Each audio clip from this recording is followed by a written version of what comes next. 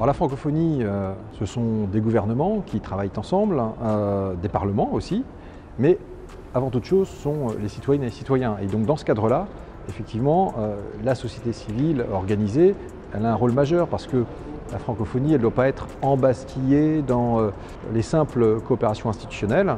Donc on compte vraiment sur les citoyens francophones, sur le monde associatif, sur cette société civile organisée, eh bien pour faire que voilà, ça reste une langue bien vivante et puis au-delà d'une langue, aussi des valeurs qu'on partage.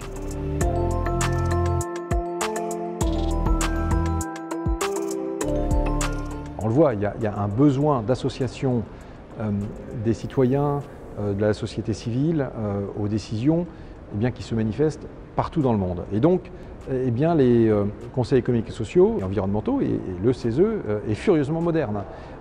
Une réforme se met en place et je crois qu'on l'a vu d'ailleurs en France ces derniers mois avec l'association des citoyens, la participation des citoyens à un certain nombre de conventions et qui sont tenues ici. Donc voilà, je crois que la démocratie d'aujourd'hui et de demain, elle s'élabore ici, dans ce palais d'Iéna.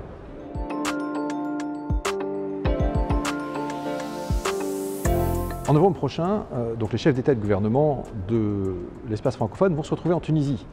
Et nous aurons pour notre part un objectif autour du numérique.